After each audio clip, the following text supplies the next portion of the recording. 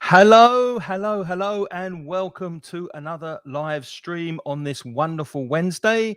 If you're new to this, we're going to help you improve your English and hopefully give you some information and English vocabulary, expressions, etc., so that you can be more fluent and improve your listening comprehension. And with me, I'm pleased to introduce Lynn from putitlikethis.com.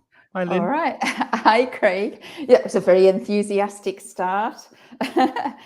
So, how are you? Are you okay I'm very well, thank you. today? I'm really You excited to be seem to be talking very about this week's excited. topic. I am. I Yeah, love doing this. I'm really uh-huh. enthusiastic to be That's talking great. about this. hmm Lynn, before we get started on this week's topic, why don't you tell people who are new to this live stream Okay, what you right. do at putitlikethis.com?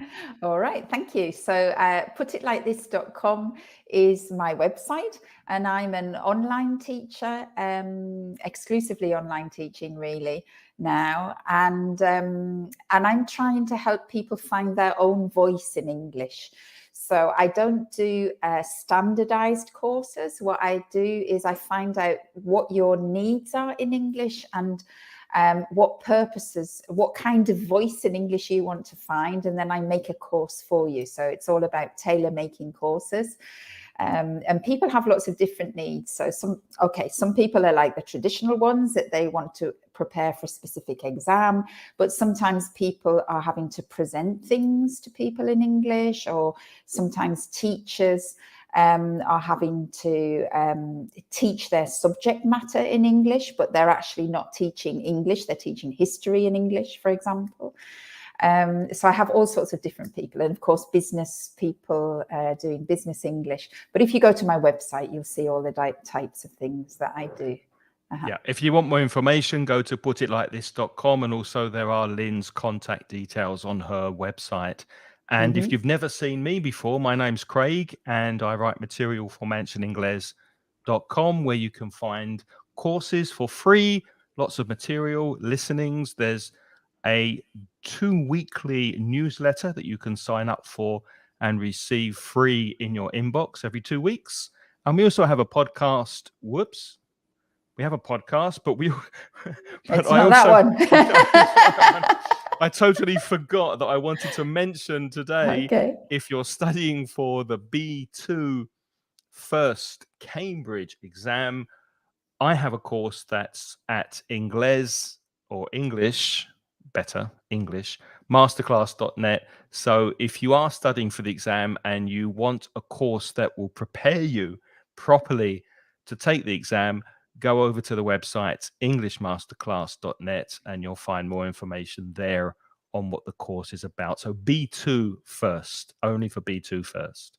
But this week, Lynn, we are speaking about words and expressions we like and dislike. Yeah. So this week, we've been a little bit selfish, because usually when we choose the topics, we think a lot about you guys, and we think, what kind of English is useful for you? What might you really like? But today we thought we'd just share with you our love of English and our dislike of English, because we have some words that we really love in English, and we have some words that we hate in English. And I think maybe you're the same, maybe you, the listeners, maybe you're the same in your own native languages, that you have words in your own native language that you love and words that you hate.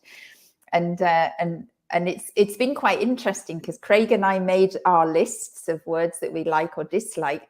And especially for the dislike ones, I was thinking, why do I hate those words? And I've got some very interesting reasons. Me I've been too. able to think about that.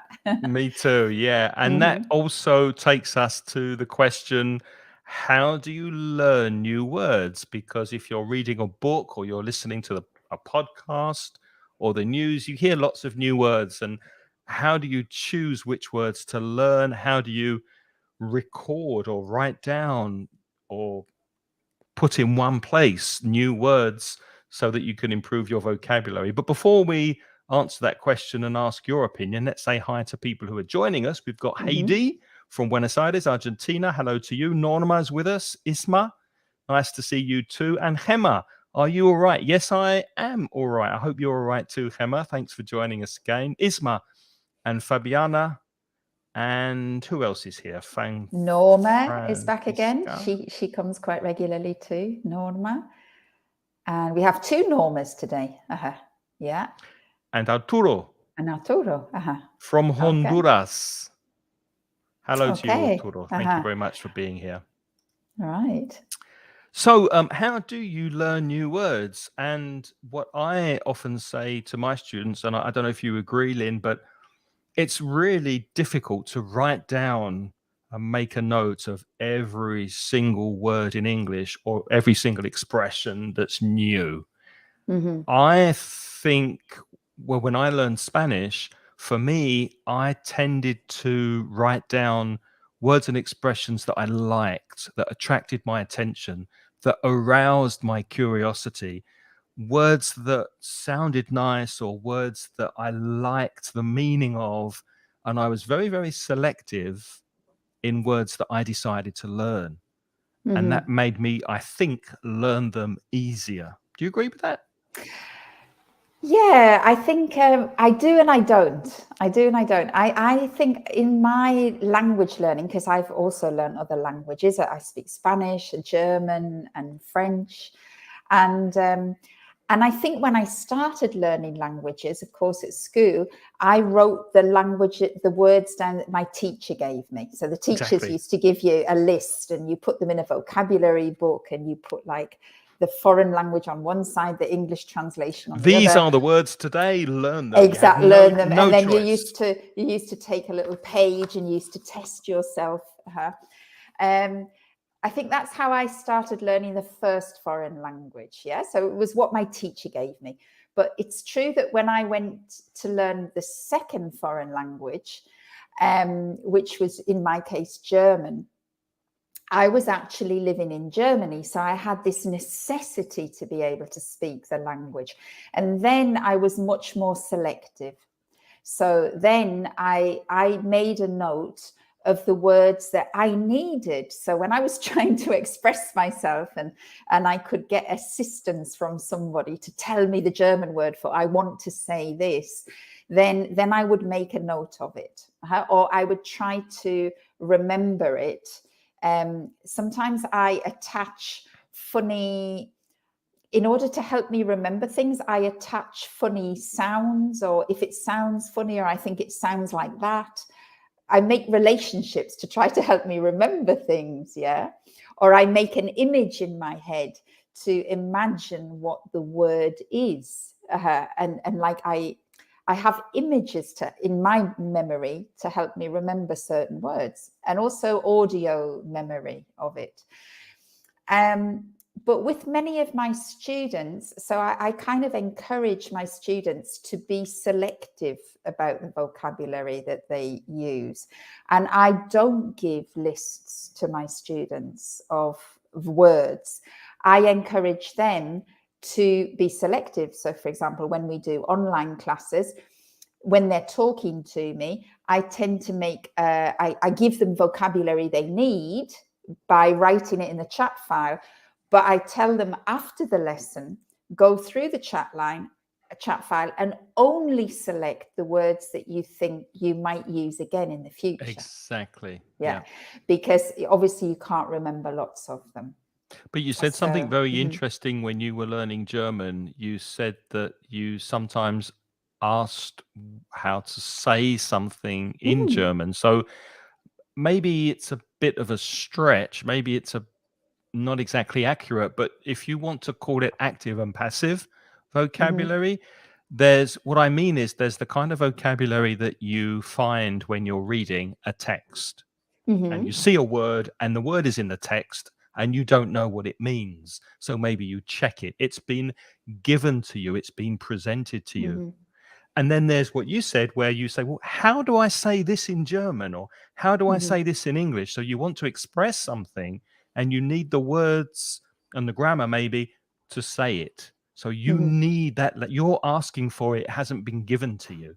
So there's two ways of looking at it, maybe. And also there's another thing about passive vocabulary is you have to remember that you haven't got to stress about things. Right? You have to chill and have a bit of, zen, because the way that you learn your native language is that as a child you learn to read, and then you start reading texts that are more difficult than your actual level. So you start to see words that you don't understand. But when you're a child, you don't go to the dictionary and say, what does this mean? What does this mean? You don't stop for every single word. If you think you're understanding the general idea, you let it go. You've seen it, but you've recognized it in context. You haven't really got an exact sense of the meaning, but you let it go because it's not natural. It's not necessary. And that I think is a very good instinct, because when you're learning a language, for example, now listening to Craig and I, you're going to hear lots of words that maybe if I stop and I say, what does that mean? Maybe you don't know. But in the context, you're hearing it. And maybe in the future, you'll hear the word again, and you'll hear the word again. And you need to hear the words often like 10 or 11 or 12 times. And then your brain, without you realizing it, starts to understand what the word means. Or you get curious. You get curious and you look it up. Exactly. If you really can't figure it out, you get curious and go and check it. But what often happens without you realizing is that your brain is already beginning to add it without you being consciously aware that you're adding it. And that's the natural way to learn language. That's the way you learn your native language. And it happens when you learn a second language if you have a lot of exposure to the language. Now, a lot of you guys are actually not living in English-speaking countries. But of course, now with internet, many of you listen to us regularly. And if you can listen to English every single day, you're increasing your exposure to language, and it makes language learning easier and also vocabulary learning easier, I think. Yeah, yep, do you agree? Absolutely, 100%. Hello to Katia, who's joining us from Costa Rica. Ana Belen from Valencia. Hi, Anna. Maicol from Nicaragua, and Isabel from Galicia in the north of Spain. And Jose Antonio from Cadiz. Lots of people joining us live. And thank you if you're watching the replay. We want to say hello to you if you're watching the replay, either on Facebook or YouTube. And we appreciate you taking the time to spend with us.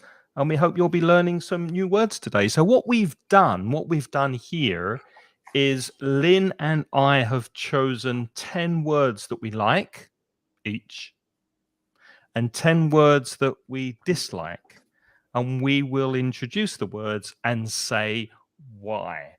And the idea is, apart from you learning new words and new vocabulary, is we hope when you come across is a phrasal verb which means to find by accident or to see. When you come across words that are new for you, we hope that you will think, was that a word that I want to learn? Shall I write that down? Is that interesting to me? Am I curious about that expression? So that you're thinking about new expressions and new vocabulary that you are learning to improve your English. So let's get started. First, words we like. So it's me first. So these are words that Lynn and I both like, and we'll explain. No, I'm not. I might not like your words, but I like. No, I might not like your words, but we can say if we like or dislike them. And if you like these words or dislike these words, please let us know in the chat. Write your comments so that we can include you in the conversation. My first word is bubble. And I like saying that word. It just a bubble. It fills my mouth. Bubble. And bubbles are nice. You get bubbles in coffee. You get bubbles when you're a kid, when you're a child. You play with bubbles. You can have a bath with bubbles. There's a bubble bath. and I just like the sound of the word. I'm very aware of how words sound and how they come out of my mouth. And I don't know if you're the same, but I I am think too with that. it just gives me pleasure to say the word Bubble. bubble. But it's not so easy Bubbling, for a bubbling brook, a bubbling uh-huh, stream, a bubbling uh-huh. river. It's nice. And you can have a bubbly personality as well, which means that you're sort of got lots of anything. Well, you've got a bubbly personality, Craig. Thank you. You're very sort So of have you. You're very bubbly. light-hearted, and you've always got something to say. And bubbling also it's what water does, in case of somebody who doesn't know what the word, when water boils and you get these little air bubbles, bubble, bubble, bubble, bubble. So that is bubble. And I think it's a bit tricky sometimes for non-native to say that word, because the U, it's not O, it's so open the mouth. bubble, bubble. Bubble. And then the other difficulty is you've got the B and two B's and an L, and of course it's a consonant cluster. But in actual fact, we put a vowel in between. You don't see it, but we say bull. So bub, bubble, Bubble. bubble. What does Eva say? Babble. No, come on, Eva, say it with me. Bubble. Bubble. Bubble. Bubble. Eva has a bubbling personality. I know Eva. She's got a bubbling personality. Yeah, she's got a bubbling personality. So I like bubble. I like bubble. What you like bubble? Okay, I like bubble. I'll give you a thumbs up for bubble. Thumbs up for bubble. Your first word that you like, Lynn, is compassion. Why? Compassion. I don't know. The thing is, I like the word passion because I like the idea of passion. Passion. Are you passionate? Passionate. I think I am. Yeah, I'm a passionate person. A passionate person is somebody who has a lot of emotion about things. They don't do things by halves.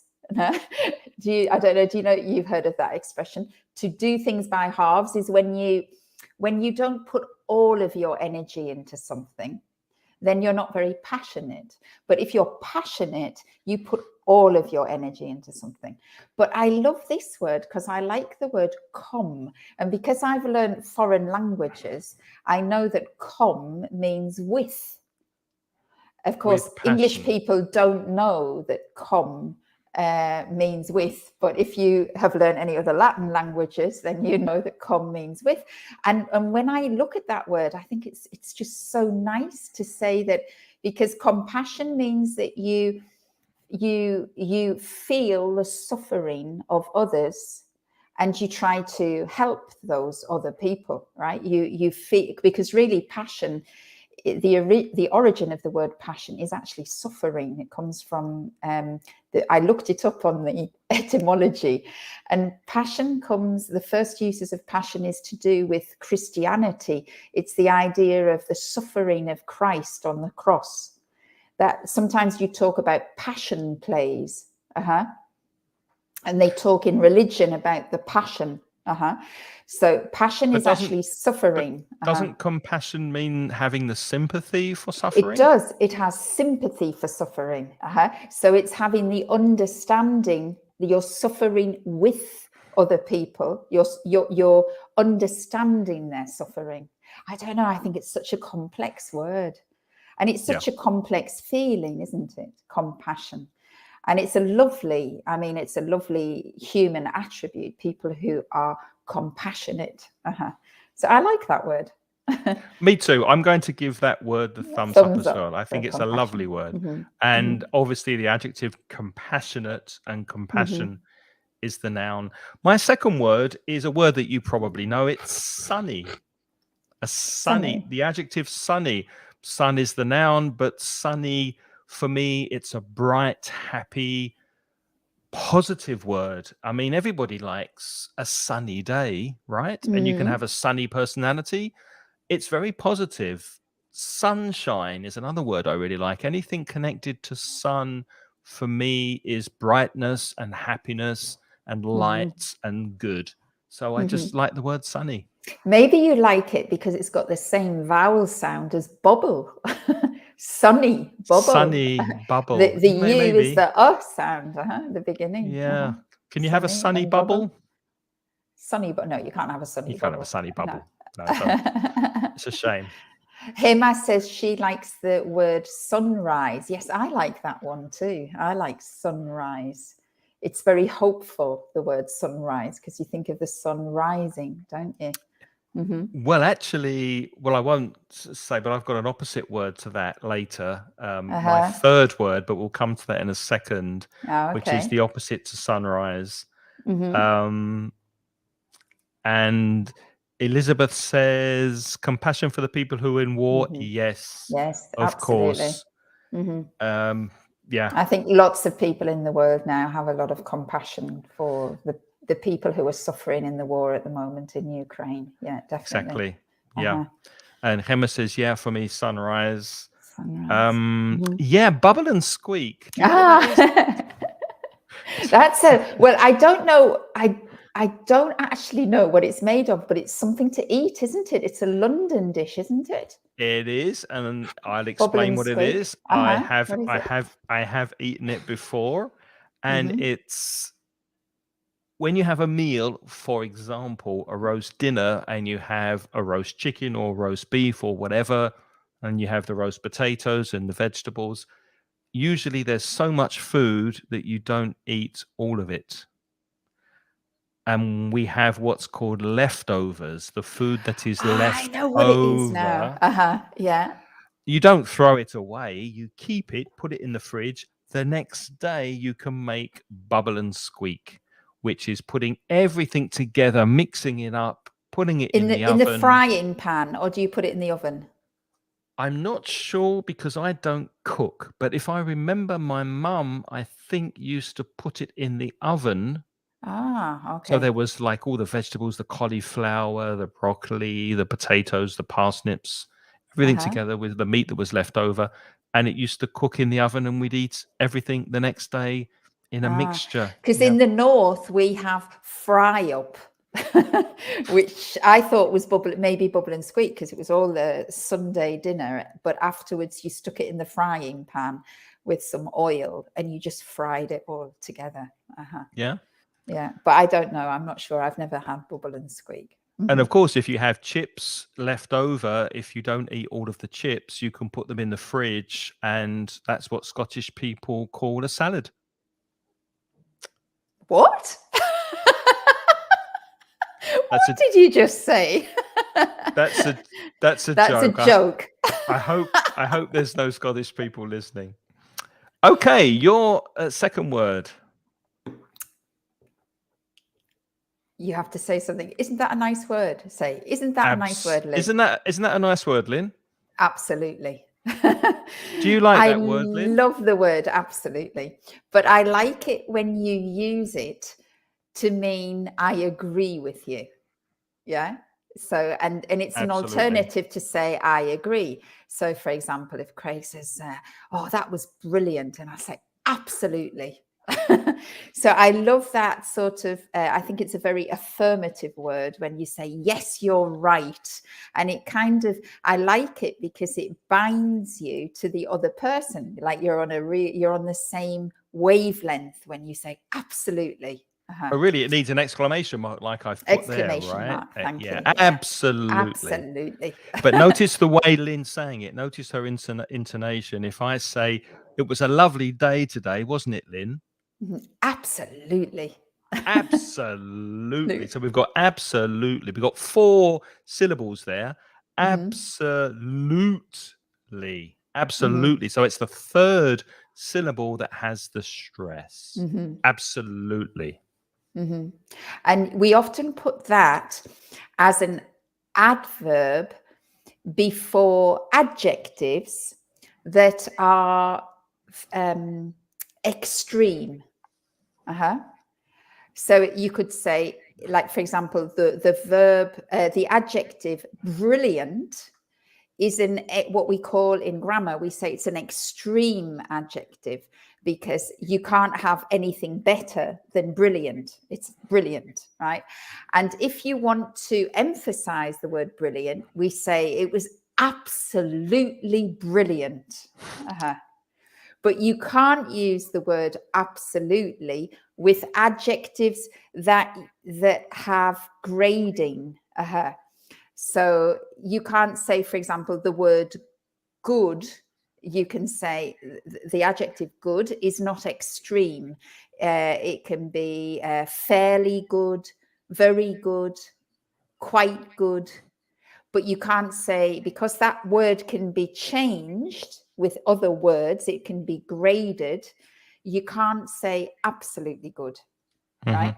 So absolutely can be used as an adverb, but only with extreme adjectives that cannot be modified. Speaking of brilliant, as you mentioned before, brilliantly, Norma's favorite word is, well, one of her words that she likes is star. So, of course, you have brilliant stars. If you have favorite words, while we're speaking about words we like, write them in the chat. It'll be interesting to know what words you like, which words that you use a lot and that you like. Graciela's saying we call it ropa vieja. That's the bubble, and that's the fry up. The fried leftover. In Spanish, they say ropa vieja, which I think is lovely as well. I didn't know that. I've heard that before, and it's old fried clothes. leftovers. Old clothes. So Gemma was saying before about sunrise being one of her maybe nice words and connected to sunny. The problem with me is that I'm not a morning person, and I'm not very happy in the morning. I'm usually quite miserable. It takes me a long time to wake up. I don't enjoy waking up early. However, I do love the word dusk or twilight, which is similar. And twilight or dusk, it's the time of day when the sun is setting and the light is changing. I'm usually more awake by then, so I appreciate the changing in the light. And I like sunsets. I much prefer sunsets to sunrises. Really? So dusk is a beautiful time of day for me. It's also the time of day when I'm relaxing, probably maybe enjoying a drink, maybe looking out at the beach. And dusk is the time of day when the light is changing and the sun is setting and it's starting to become dark.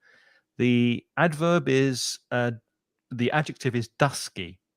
So you can have a dusky complexion, which is oh wow, I've never heard that before. Yeah, yeah, it's the kind of dusky, rather than a fair complexion, a dusky complexion. It's a bit sort of darker. It's darker. It's kind of a kind of person, a man or a woman who has dark hair, dark skin, a darker complexion. So a dusky complexion is also a word that I like very much. Sounds sexy to me, the word dusky. Yeah, there's probably some sex in there somewhere. If I analysed it, it sounds sexy. Dusky. Now I'm exactly the opposite to you, Craig, because I like sunrises, and at dusk and twilight, I don't like those words. Why not? I don't know. I'm not a night person. I'm a morning person. Interesting. So yeah. And Francisca says she likes the word marvelous. Now, marvelous, I like that word too. And marvelous is one of those extreme words. So if you want to make it even nicer, you can say absolutely marvelous. Absolutely marvelous. Yep. Yeah. Yeah. So that's good too. So what's your next word that you like? My next one is a word that maybe not everybody knows this word. This is the word seething. Seething. Seething. Now, I love this word. And this word actually means when you're very, very angry and you don't want to say that you're angry, you don't want to express it, or either because you don't want to, or because you feel that you can't, right? So maybe you are lost for words because you're so angry. So then in that case, you can't express it. Sometimes you don't want to express it. And this word is seething. Now, I said to you that sometimes I have images in my head of words. I see the words with an image. And for this word, ever since I've been a little girl, I've got this idea of the word seething. And it's like with your head and the steam, you know, like the steam is coming out of your ears and your skin is bubbling because you're going to explode with anger. And I love the word seething. And if I mean, I don't like being angry, but of course everybody gets angry now and again. And I'm not a person who actually fights with people. So this is very much in my personality, because probably if I get very angry, I won't express it, but I will be seething with anger. It often collocates with resentment. I've put a quote in, or I put an example sentence in the chat. His seething resentment finally reached boiling point. Yeah, it's not a word that I particularly like. It's quite negative. It's to a me. negative word. It is a giving, negative word. You're giving giving it that one the thumbs down, but seething. I just like it because it's descriptive. I think it really captures that feeling of wanting to explode, but you can't. And I see all that keeping anger. it in, keeping it It's inside. sweating out of your pores, you know, in your skin. It's coming out. That's not healthy. You have but to not in words. let it out. Yeah, as you said, Francisca likes marvelous. So we're getting some feedback from people with their favorite words. Gemma likes Moonlight. Yeah, Moonlight. Oh, I like Moonlight. Me I like that one. Yeah. New, is that your favorite word ever? One of your new words that you like? New. Okay. New. And I don't Jose like the Antonio? sound. I don't like the sound of the word new. New. Because it has the n and it has the y sound in it. New. I find I don't like the sound of new. Comfortable with an M, probably, Jose Antonio. Comfortable. Yeah, many Spanish speakers mispronounce that word. They put an extra syllable in it. Yeah, it's and not we 4 solo syllables. a It's only syllable. 3. Let me do. I can't do this. I can't do this on camera. Comfortable. So it's this first syllable that's stressed. Comfortable. Comfortable. This one is stressed. These two not. 3 syllables. Comfortable. Say it with me. Comfortable. Comfortable. Comfortable. It's a comfortable chair. Next, I have cheers, which, interestingly, now most of you know that when you drink alcohol, you say cheers and you touch glasses. And if you're a Spanish speaker, you say salud or something similar. But in English, you say cheers. However, that's true in American English and British English. But what we do in British English is we also use cheers to say thank you. And many other ways informally to acknowledge something. And the American English, they don't use it this way. So if Lynn does me a favor, I might say, oh, cheers, Lynn, which means thank you. Australian English, it's the same. Cheers. That's true. Thank you. And sometimes I even finish an email with cheers. Cheers. Yeah. So I do that quite often, say cheers, which is kind of like thanks, goodbye. Yeah. So yes, I like that. And it's also cheerful, cheery. It's a nice word. It's happy. It's positive. So cheers. It's funny that you say that you use it at the end of an email and you say thanks, and it kind of means bye-bye, because there's another word in English, cheerio.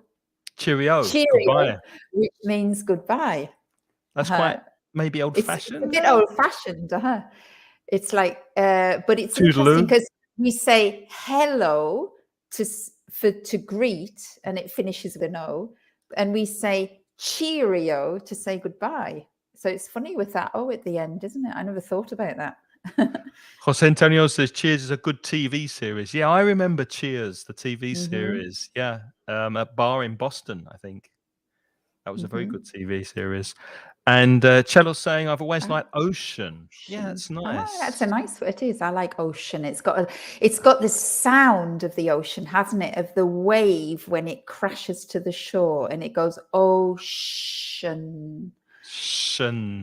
That ocean is like the sound, isn't it, of the wave crashing to the shore. I like that one. Ocean. So Cello's obviously an English teacher, and her students know that she likes it. So every day they say it to her, and it's getting a bit annoying. Yeah, I can understand that. Eduardo, chocolate is not in my list, and I completely forgot to put it in my list, but chocolate is definitely one of my favorite words, and another word that has only two syllables. Chocolate. Two syllables. Everybody, sorry. Please. Two syllables. Chocolate. It's never chocolate. No. It's the first one that's stressed. Chocolate. And I have a lot of fun with the word chocolate when I do my pronunciation classes, because I guarantee that the majority of Spanish speakers always say chocolate. And I'm going, no, it's chocolate. And we do jazz rhythms with chocolate. Bananas, chocolate, banana, because banana is the other word that Spanish people can never say, because you always say banana. And you make in banana, I mean, I haven't got this on the word, but we'll talk about it because it's interesting. With the word banana in English, we spell it the same as in Spanish, but in Spanish, it's got 3 A's in it, right? And in Spanish, because Spanish is phonetic, you say ba, na. So it's a. But in English, it's right?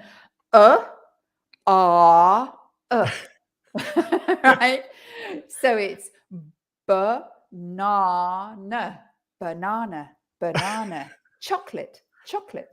chocolate, banana, chocolate.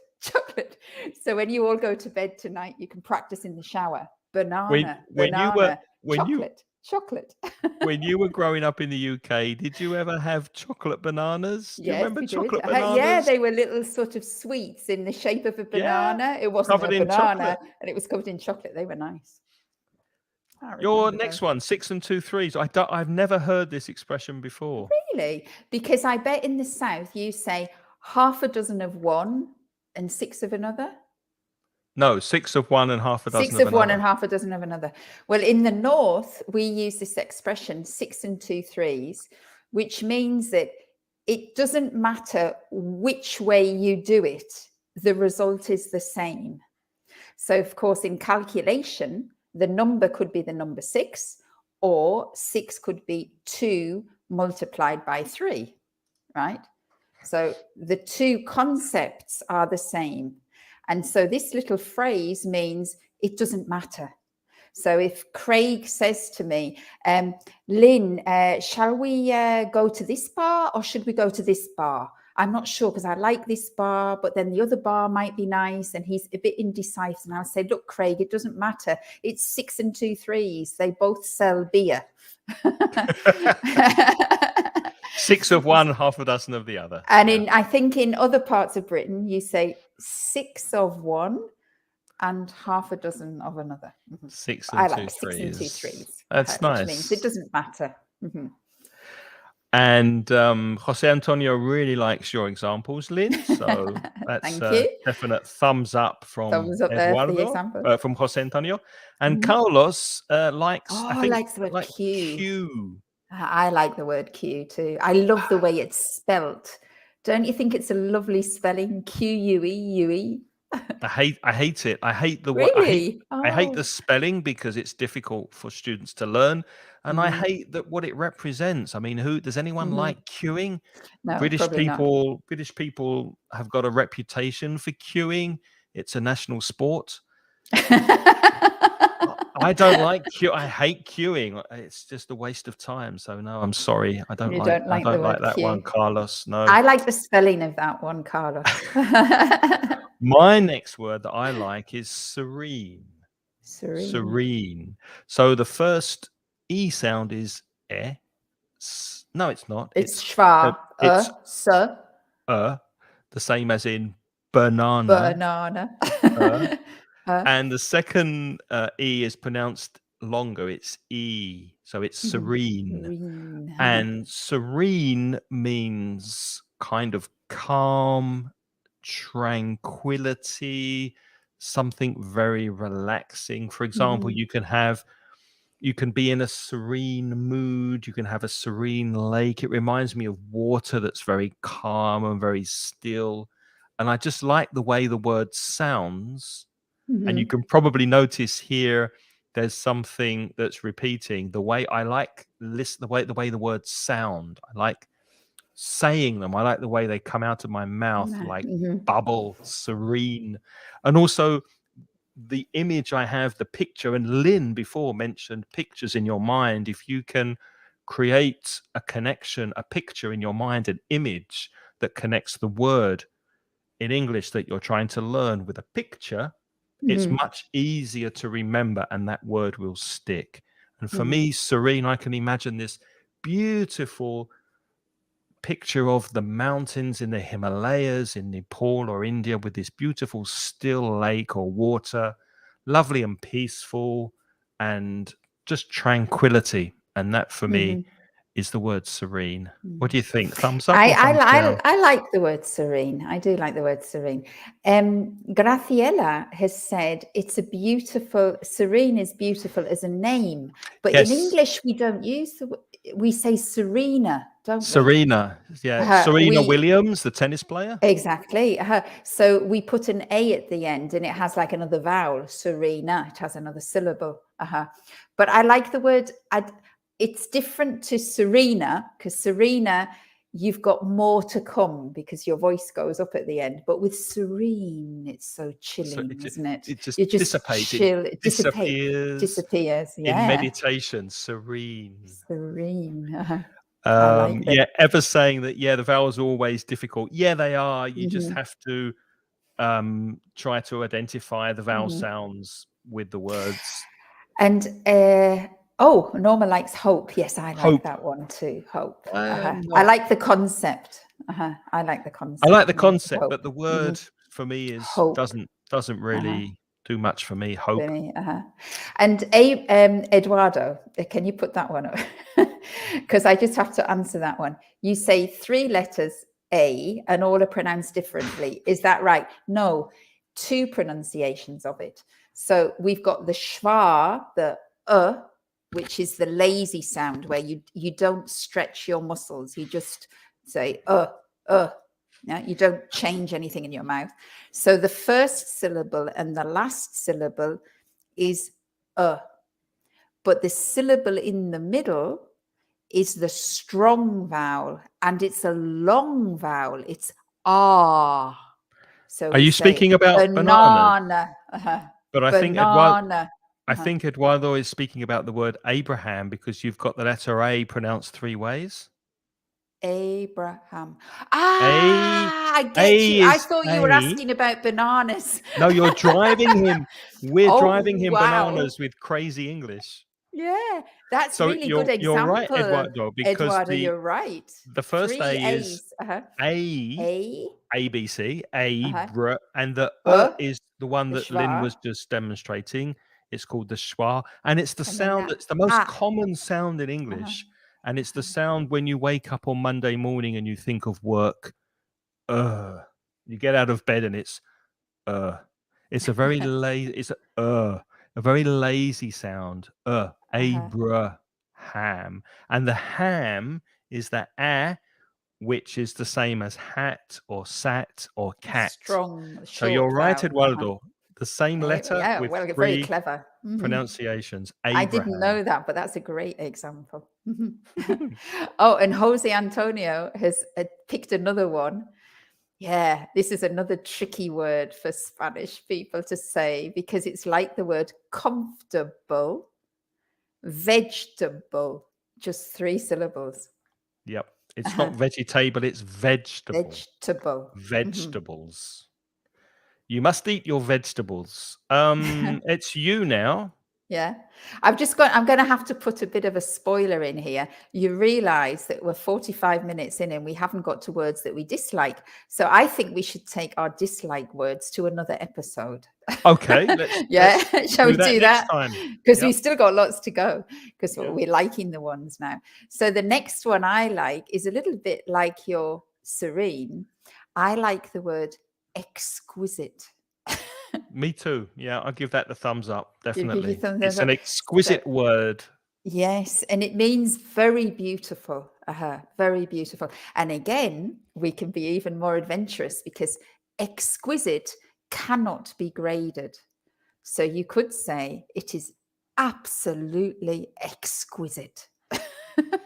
Isn't that lovely? Mhm. And Absolutely I suspect exquisite. that Spanish speakers might find that word difficult to pronounce because there's a mixture of consonants in there. And when you get something that we call a consonant cluster, which means a lot of consonants together, like in the word crisps, for example, it's typically difficult for Spanish people. Spanish speakable. I can't Spanish people. Spanish people to pronounce. So the pronunciation is exquisite. There's a qu, exquisite. It's an exquisite statue. It's an exquisite painting. It's beautiful. Yeah. Oh, and Anna has suggested another word, and this is another one like vegetable, comfortable, literature. That's Yeah, another one where we literature. swallow the vowels. Literature. I like literature. Me too. Literature. Literature. Difficult. It's Literature. a difficult one to pronounce, though. Literature. Cha. Like Cha, cha cha cha. Literature. Literature. Elizabeth, exquisite. Yep, that's how you say it pretty much. Exquisite. Exquisite. And Graciella's saying when somebody sends you to do something you don't want to do, which was... What was that with? There's something, send you to do something that you don't want to do. I can't remember what the reference is for that. Anyway. Seething? Maybe it was seething. Maybe. Maybe. Yeah. Okay. So moving on to my next word, which is quite similar to exquisite. It's an extreme adjective and it's gorgeous.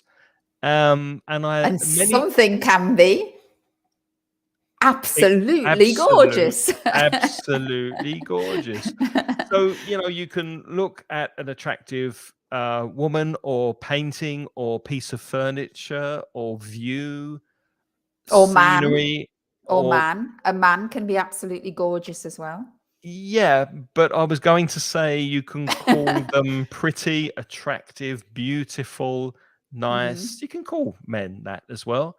But as an extreme adjective, it's just something that you don't say very often, and you need to feel very passionately or very strongly before you use it. And you say, this view is absolutely gorgeous. And you stress that first syllable, gorgeous. Just 2 syllables, gorgeous. And I like that word too, because there's another connection with the word gore. And when without the us, if you gorge on food, it means you eat it very quickly, isn't it? And you eat more than you need. It's you eat a lot because it's so delicious. You can't get enough. And so I think the adjective and the connection to the verb to gorge, which is actually... The verb to gorge is not so positive, really, because you're stuffing yourself, you're eating too much of it. But the idea of gorgeous, it's got, I don't know, it makes you feel the beauty of something, doesn't it? Gorgeous. It's like you can't get enough. You just absorb everything. It's lovely. Yeah, it overwhelms you, and it's just too much for you. Yeah, it's just too beautiful, too lovely. We've got some comments coming in. Graciela saying, what about comfortable? We mentioned that word earlier, Graciela. Comfortable, 3 syllables. 3 syllables. Stress the first syllables. Comfortable. And secretary is another one. Yeah, Africa. I'll get to that in a second. So Okay, Elizabeth's sorry. saying, I love it, gorgeous. Yep. Mhm. One of my favorite words. Difficult word for pronounce is secretary. And some people say secretary. Yes, That's also secretary. possible that we swallow a syllable, just like in comfortable, vegetable, secretary. Secretary. Yeah, I would say secretary. So Sure. it's the same pronunciation pattern, Africa. So the same as comfortable, secretary. So 3 syllables and stress the first syllable, secretary. Although these days you'd probably say personal assistant, PA, more Well, not in government. In government, the word secretary foreign is a secretary. Yeah. foreign secretary is very. It's still used in that. Binge eating. Yep. Yeah. That's gorge, to gorge. Is when you gorge yourself with food. You're binge eating. That's another word. Well done, binge Eduardo. eating chocolate. Yeah, that's my favorite pastime. Unbelievable. Yeah, that was one of my dad's favorite words. He liked to say unbelievable and really stressing the syllables there. Unbelievable. 5 syllables, and it's the middle syllable that's stressed. Unbelievable. And the adverb unbelievably good. Yeah, unbelievable. Yep, binge watching. And you could also say Netflix. absolutely unbelievable, because unbelievable is also extreme adjective. We went to a restaurant yesterday. The food was Was unbelievably excellent. Yeah, it was absolutely unbelievable. unbelievable. So yeah, that was me, gorgeous, and then you've got a phrasal verb next, or several I've got phrasal several verbs. phrasal verbs. These are my favorite phrasal verbs. Now, Right. we've talked about these before, but pop, pop is this explosive sound, isn't it? Like pop. It's like an. Oh, that's it. I'm glad you did that. Do it again, Craig. Go on. Oh, that sound is pop, right?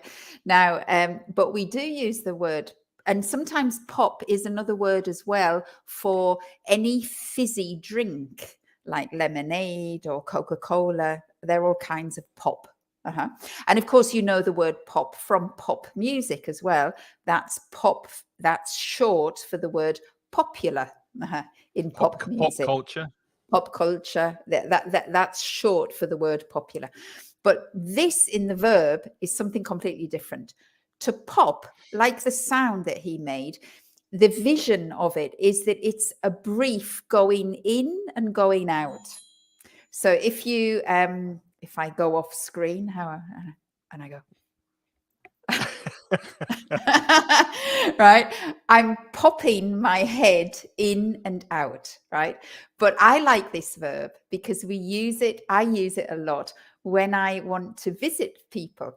So I can say, Craig, next Monday, will you be around? Because I'm in your area. I'll pop in and have a coffee. Yeah, pop round for a cup of tea. And then he can say, yeah, pop round for a cup of tea. Now, we can say, so pop in means pay me a little brief visit, but it's going to be a quick visit, right?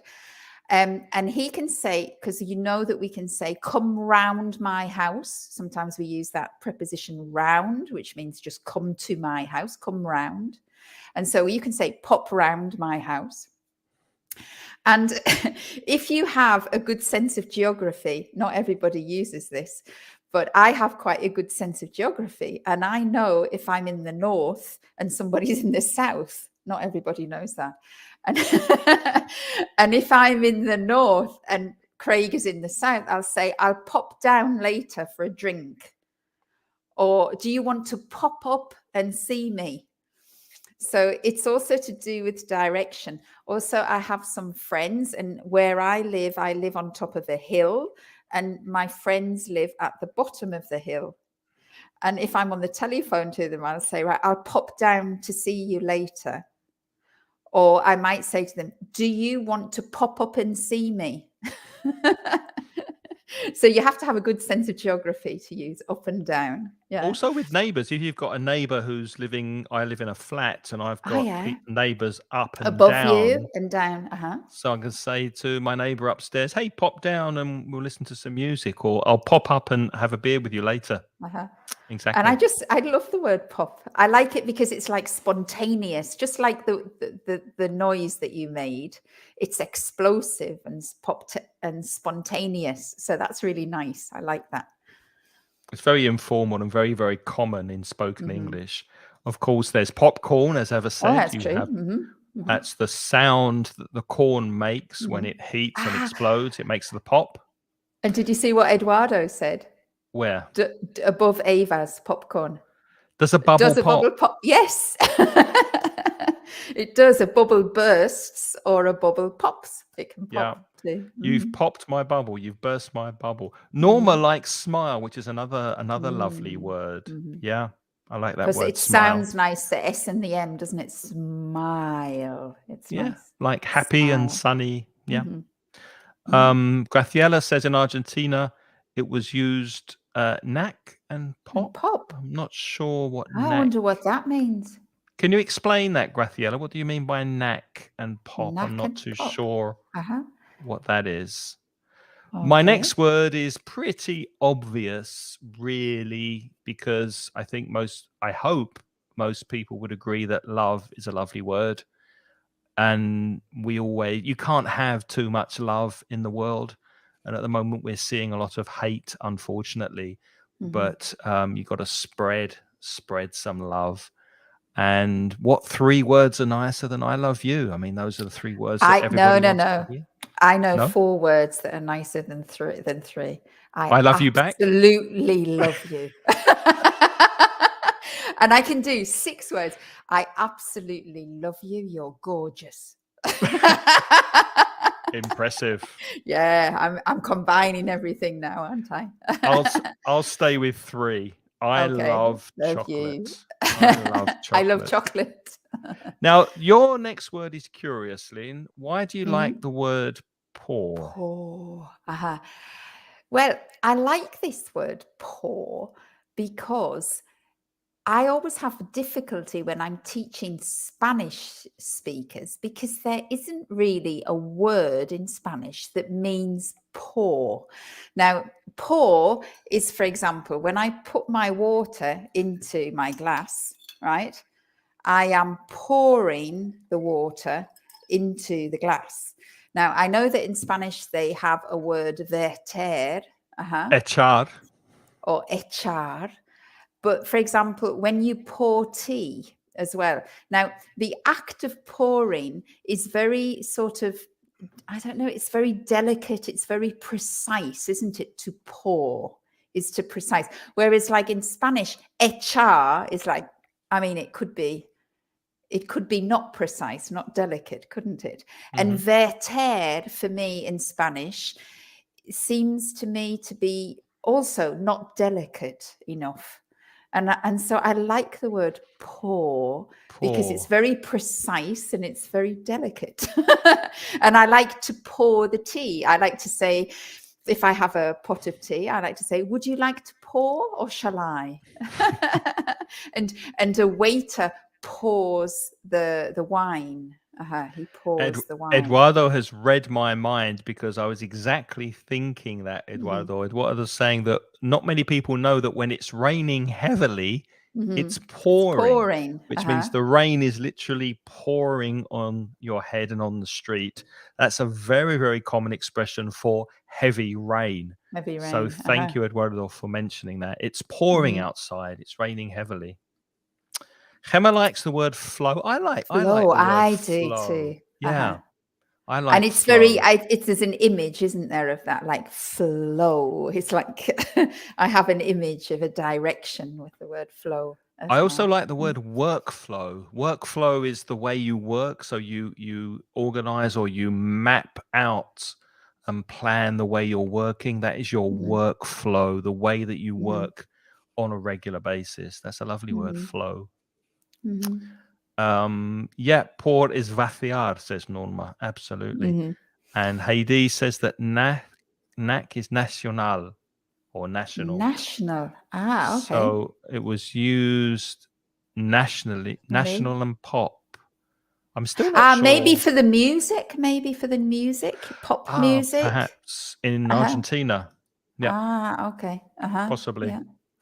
That's We interesting. have to move on quite quickly, Lynn, because we're nearly out of time. My next Well, one just is do your last one because I love this one. it's a word that you may not have heard of before, and it's willy-nilly. And obviously, you should know now that I like the sound of words. I like using words that I like the sound of. So willy-nilly sounds funny to me. Now, if something happens to you willy-nilly, it happens whether you like it or not. So you've got no real control over the events. For example, you could say that the government were dragged willy-nilly into the confrontation. So they had no control over what was happening. And there's also a secondary meaning with willy-nilly, because if you do something willy-nilly, then you do it in a very careless or disorganized way without planning in advance. For example, I was packing to go on holiday, and I packed my clothes and my books and my personal possessions willy-nilly, without thought. Without Very thought, without care. disorganized. And you know where I'm sure that comes from, because will is your will, isn't it? Your like voluntad, your will. And nil is zero. So if you have zero will, zero desire to do something properly, you just don't care. You do it willy-nilly.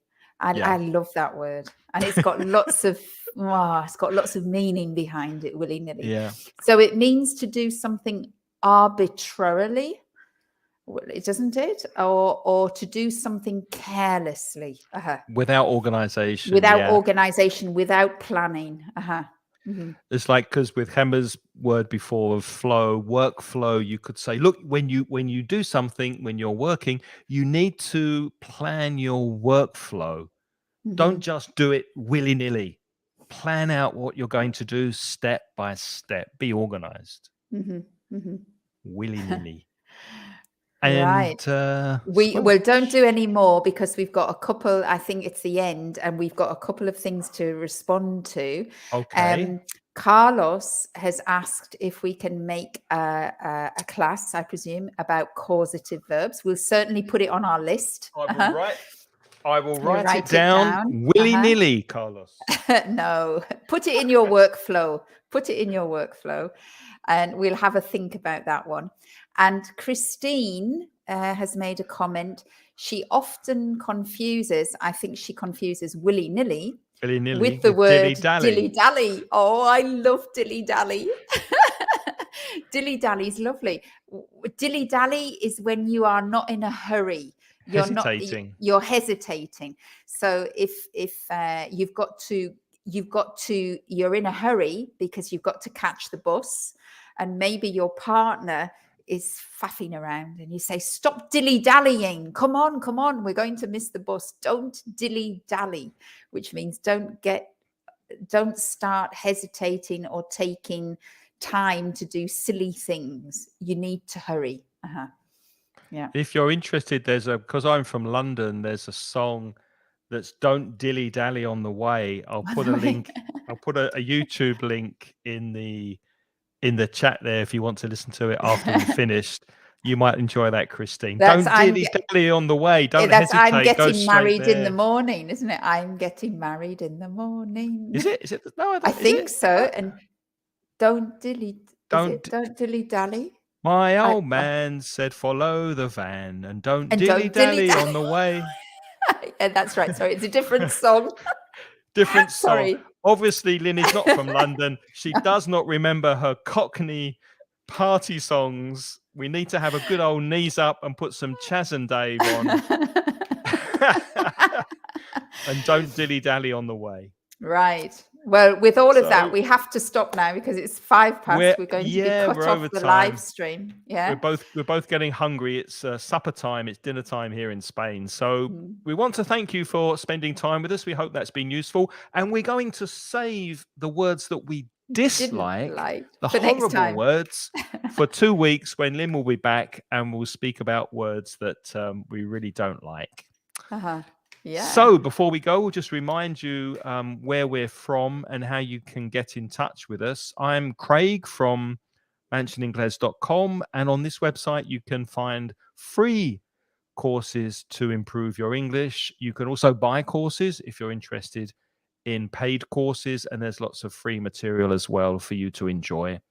And if you are studying for the B2 First, the Cambridge B2 First exam, on the 4th of April, there's going to be a 30-day course that I'm starting that you can join. If you're interested and you want to take the exam, go and look at the information in englishmasterclass.net, and everything is explained on the website.